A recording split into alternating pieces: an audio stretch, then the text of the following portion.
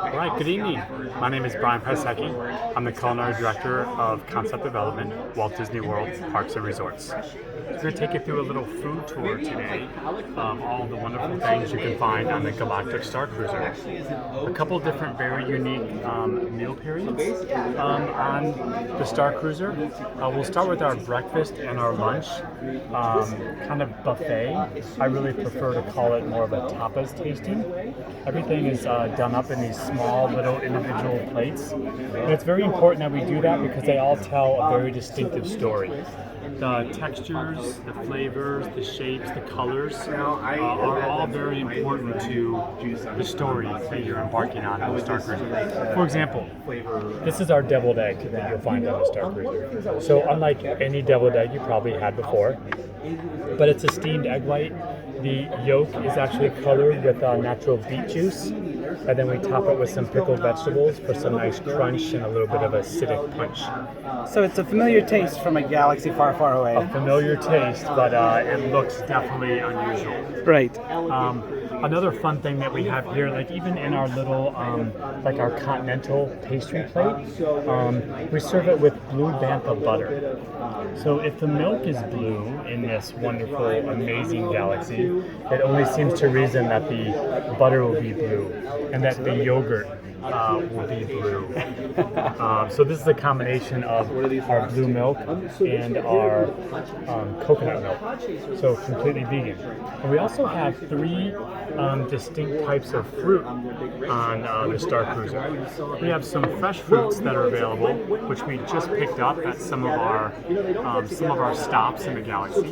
We've got dried or freeze-dried fruits that are meant to really last during this journey. And then we have some that are actually compressed. So maybe they were stored in an area of the ship where it wasn't fully protected from the vacuum of space, and it compressed the fruits.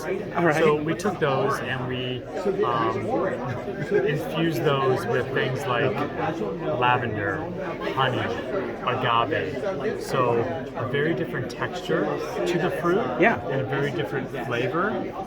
So again, looks familiar, tastes familiar, maybe it looks different, maybe it tastes different, so it just kind of plays with all of your senses. How do you enjoy the compressed fruits? Is it part of a dish or is it like a... It's actually a small breakfast plate, like one of these, and it's served with cantaloupe, honeydew, watermelon, and that sounds amazing. So beautiful, vibrant colors, and very unique flavors. Very bright flavors, yeah, that sounds amazing. As we move into lunch, again, very unique items, everything from flatbread to our kadu ribs with a kimchi style slaw, roasted burrowfish with chickpeas, quinoa and kale, seared tofu with couscous and yogurt, pickled onions, and one of my favorites is the Caprese style salad. So it looks very, very different than what you would think a Caprese is. A tomato jam, baby tomatoes, pickled onions. The balsamic vinegar component is done in little pearls or little boba balls. But then the olive oil that you would classically finish this dish with is in a powder form. So very different, very unique. Yeah. The flavors that we're dealing with here, it's a wide galaxy. So as far as trying to get the right flavors from the different worlds that we're enjoying here, did you work with Lucasfilm? How did some of that come about? So we worked with Walt Disney Imagineering and Lucasfilms together, not only to come up with ideas, but also the names of some of our dishes. And we know that the naming of some of our things can be very unique and can define the flavor.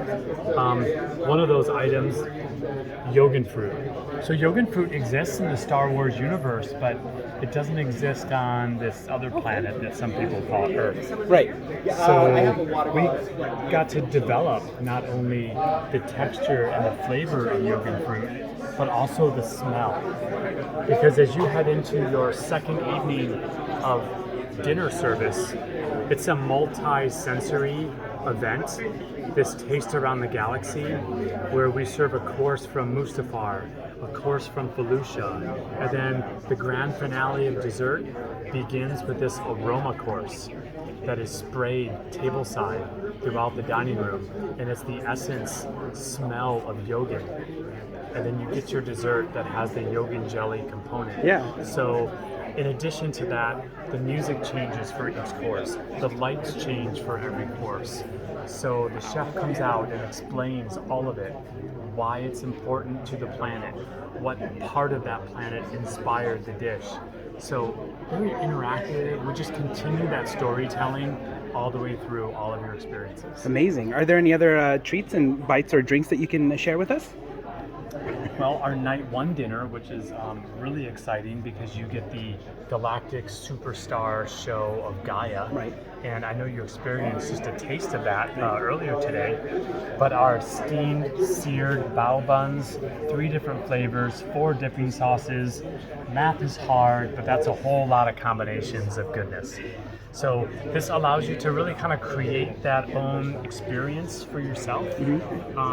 Spiralized noodle salad, a little play on that noodle salad verbiage because there's no noodles in here whatsoever. It's really all just vegetables made to look like noodles with a white miso vinaigrette, a little umami, a little. You tasted this tonight as well. Yeah, a little bit of acidic. Yes, the just acidic. wonderful Yeah. flavors. The main course for this incredible Gaia dinner show, bourbon-style tip-yip chicken, roasted flora, herb pureed green rice, shrimp stewed in a lobster bisque with lemongrass and coconut milk, and then kind of the grand finale part of the entree, this bantha beef tenderloin with moon rock crushed potatoes, finished with a little olive oil, sea salt.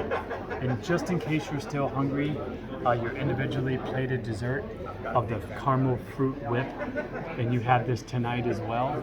Passion fruit, chocolate caramel, yuzu gelée, matcha rocks. So just a very, very explosive on your palate type of dessert. And if you want to get a good shot of that from up above, when you look at it from up above, it almost looks like it's the planets from the galaxy. Oh, very cool. And this is how it's plated in the dining room. This is how it's plated in the dining room. Amazing. As well. Yeah, the purple, I forgot what you said the purple one here was. So that's a passion fruit mousse. Yeah, super good. You got that little acidity, Right. but sweetness. Just a perfect balance. Yeah, very good. I see we have some cocktails over We here. do. Evan will gladly take you through some cocktails. Perfect. Thank you, Chef. Thank you, Brian. Chef Brian. Hello, Evan. Hello, how are you? Good, how are you? I'm doing wonderful. I'm Evan with the Food and Beverage Concept Development Team for Walt Disney World Parks and Resorts, working with the beverage team. And it is our honor to get to talk to you about all of the ways in which guests and passengers aboard the Halcyon can really enjoy and imbibe with a variety of cocktails, zero-proof libations, even some beers, some wines, and some non-alcoholic favorites that kids will enjoy as well. All right, could you share what some of what we're looking at here? Absolutely. So I heard that you had some experiences today. Did you get to try We a had a hog couple. icebreaker? Yes, the icebreaker was Yeah. fantastic. Have you ever been a hog? Not yet. No. You know, I try to stay away like at all costs. It is so cold. Doesn't seem very and hospitable. it is very icy. Right. It is for some, but definitely not for me. But one of the fascinating things when we're getting to create is this idea of planetary inspirations. And what does a drink from Hoth taste like? How should it look? And how are ways that we can make it uniquely familiar? So this drink has a very crisp and clean vodka. It's got those notes from lemon, a beautiful vanilla lemon foam, and it's actually garnished with an actual ice shard from Hoth that's edible. Now, our passengers have said that on their home planet, they said, this reminds me of something called a lemon drop, but in a way that I've never had it before. The glass is beautiful, it's blue.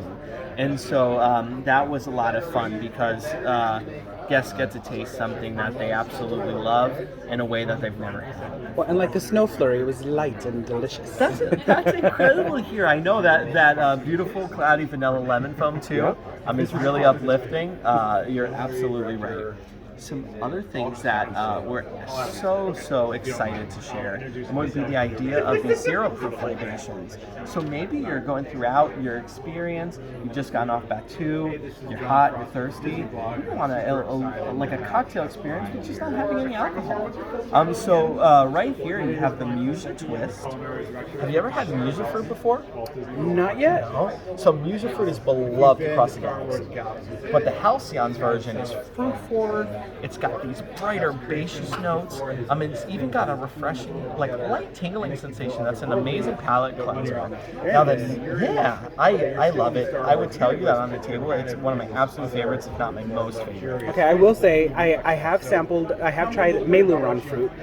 Ooh, okay. Which is very, very delicious. Makes a great drink. I can tell you that this one I think is a little bit more herbal for Musa, and the name, the Musa Twist, is actually an ode to how you harvest the fruit itself.